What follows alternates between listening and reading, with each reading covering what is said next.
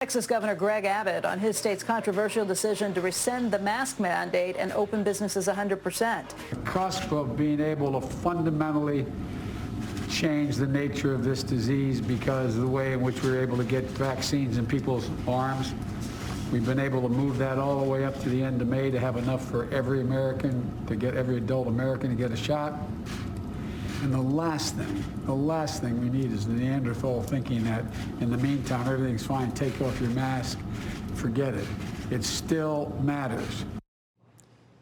And that was President Biden yesterday criticizing the decisions made by Texas and Mississippi to move ahead with rollbacks of their mask mandates. We're joined now by Texas Governor Gregg Abbott and Tom Farley, Chairman and CEO of FARPEAC, joins us once again. He's still with us. Governor, it's great to have you on this morning. I know you've probably heard that mentioned I don't know how many times since the president used the term Neanderthal. Comments?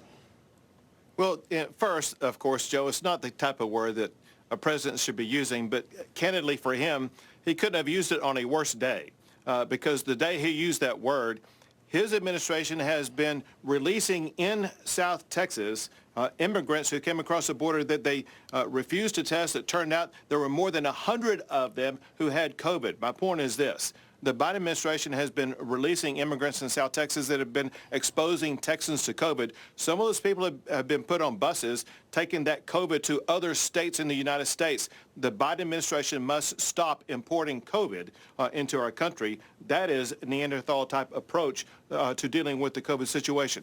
Another thing, however, Joe, that's very important, and that is these changes that we've seen in Texas are not really that transformative. Maybe to people in New York, it seems like this is a big difference. In Texas, we went from 75% to 100% occupancy. On the mask requirement, before now, there actually has not been any enforcement of the mask requirement. That made it a mask suggestion, which we continue to make wearing a mask a suggestion, and we urge all Texans to wear a mask when they are out. However, this important factor, Joe, and that is if you look at the spikes in the spread in Texas as well as elsewhere, the last spike occurred during Christmas and New Year's at a time when people were not transmitting it when they went to restaurants or businesses. The lead area of transmission at the time was in the home setting, where people were not wearing masks in the first place, and no one has ever mandated wearing masks in the home setting. And so the changes that we're talking about in Texas really are not that much different from where we've been.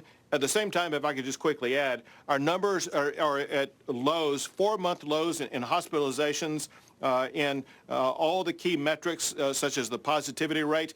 We're vaccinating, and we vaccinated more than 1.2 million people over the past week. Yesterday was an all-time one-day record of 229,000 people. Our seniors who are most vulnerable to being hospitalized and losing their life, we have about 50% of our seniors vaccinated, so things are looking very good in Texas.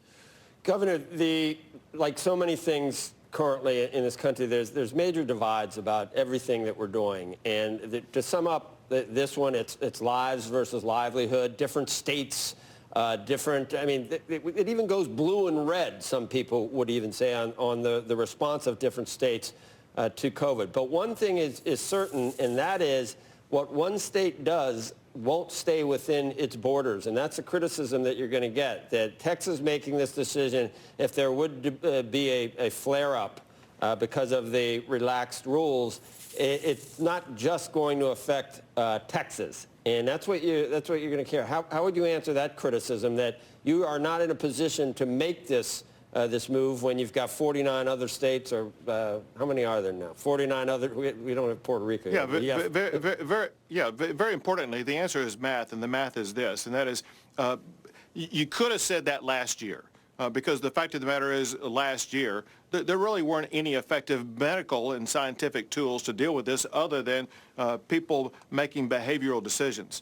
Since then, the math is this, and that is when you look at the downtrends and all of the metrics, such as the downtrends in hospitalizations, et cetera, the downtrends in the positivity rate, the reason for those downtrends is because of the fact that we have something now that we did not have before, and that is the vaccines.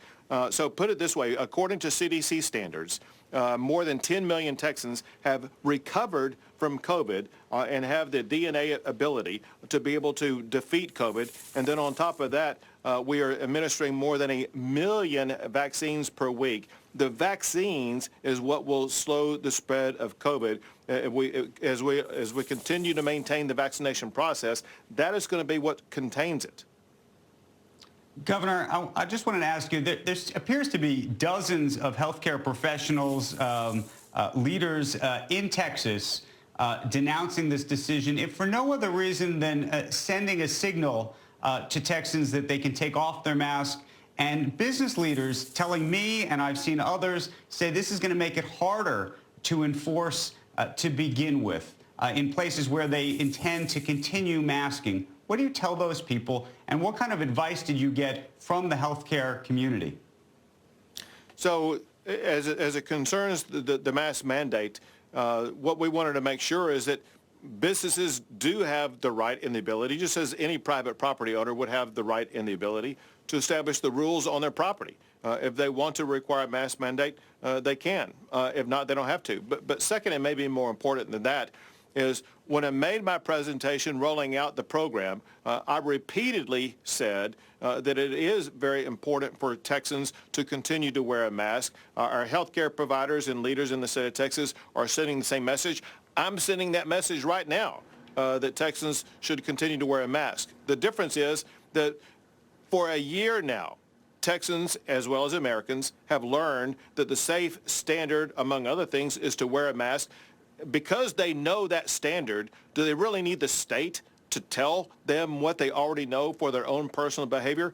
Then I'll throw this in, and that is, before I eliminated this mask mandate, there really were no enforcement mechanisms for this so-called mask mandate. And so because it is now personal responsibility, it pretty much is similar to the way it was before I issued this order. Governor, Tom Farley, it's your old friend. Great to see you again. Good to see you again also.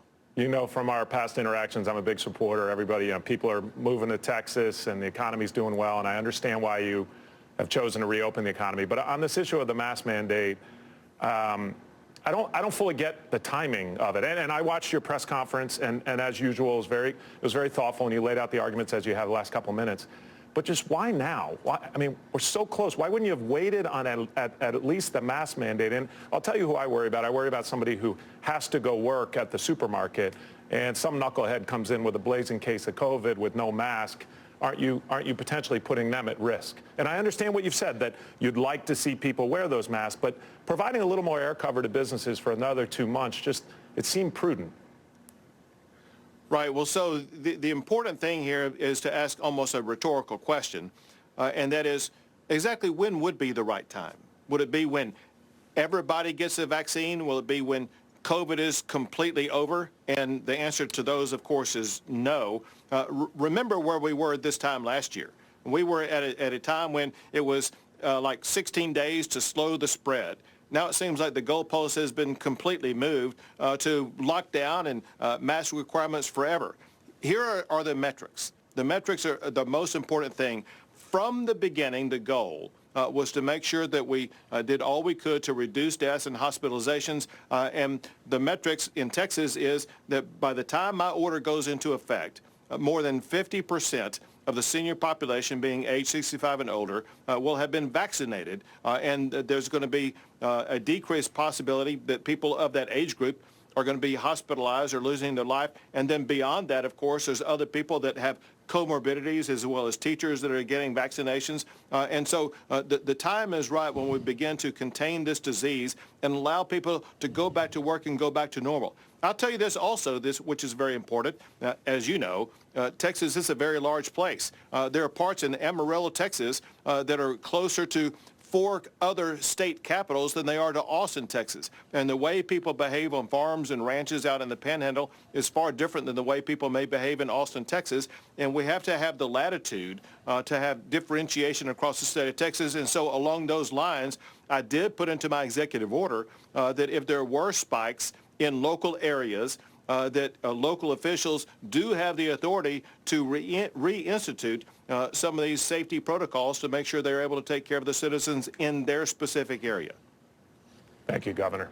Hey, Governor, you mentioned right at the top, the southern border. Depending on current administration officials, previous administration officials, there is a crisis, there's not a crisis. Can you fill us in on exactly, in your view, what's happening down there?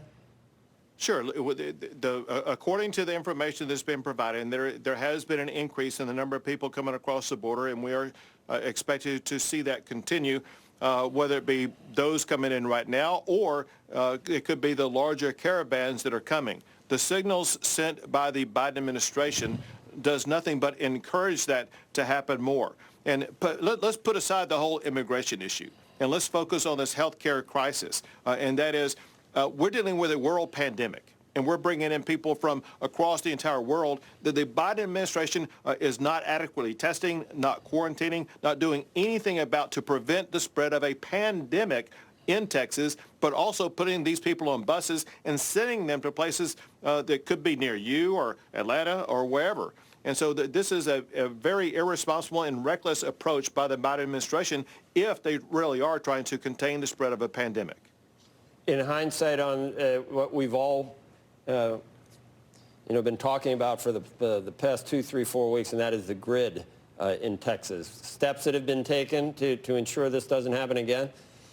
Absolutely. So the good news here is we were able to make a quick diagnosis of exactly what happened, and we've already begun to implement measures to make sure that it never happens again. First, I will tell you, the quick diagnosis is there were 2 forms of operational error of the group ERCOT running the grid, where for one, they didn't respond adequately to the winter storm that was coming. They didn't prepare. They told all of us they were prepared. In fact, it turned out they were not prepared. And then second, as the spread between available power and power demand got closer and closer, they should have tapped on the brakes and began some rolling blackouts, which they said they were going to do. They didn't do that. Instead, what they did was slam on the brakes, like slamming on the brakes of a car driving down an interstate highway on an icy road. You're going to crash. And that's exactly what they did when they shut down. It was well over 12,000 megawatts they shut down, and in doing so, they shut down other power generating facilities. Through that, correcting operational error, imposing things like a winterization to make sure it doesn't happen again in the state of Texas, increasing the power capacity is going to be needed simply because of the population and business growth in the state of Texas, and improving communications with the public. Simple strategies like that will make sure things like this never happen again. Governor, thanks. Appreciate having you on today. You're much closer to Cro-Magnon, man. Just having, I think you did great, and I think after that you come all the way to modern human. But we were discussing that earlier this morning. We're ready to discuss anything in this day and age, are we not? Thank you, though. I appreciate your time this morning. Thank you. Take care. Hopefully, we will, and you too. And we'll see you again soon. Bye. Yeah, we also want to thank Tom Farley for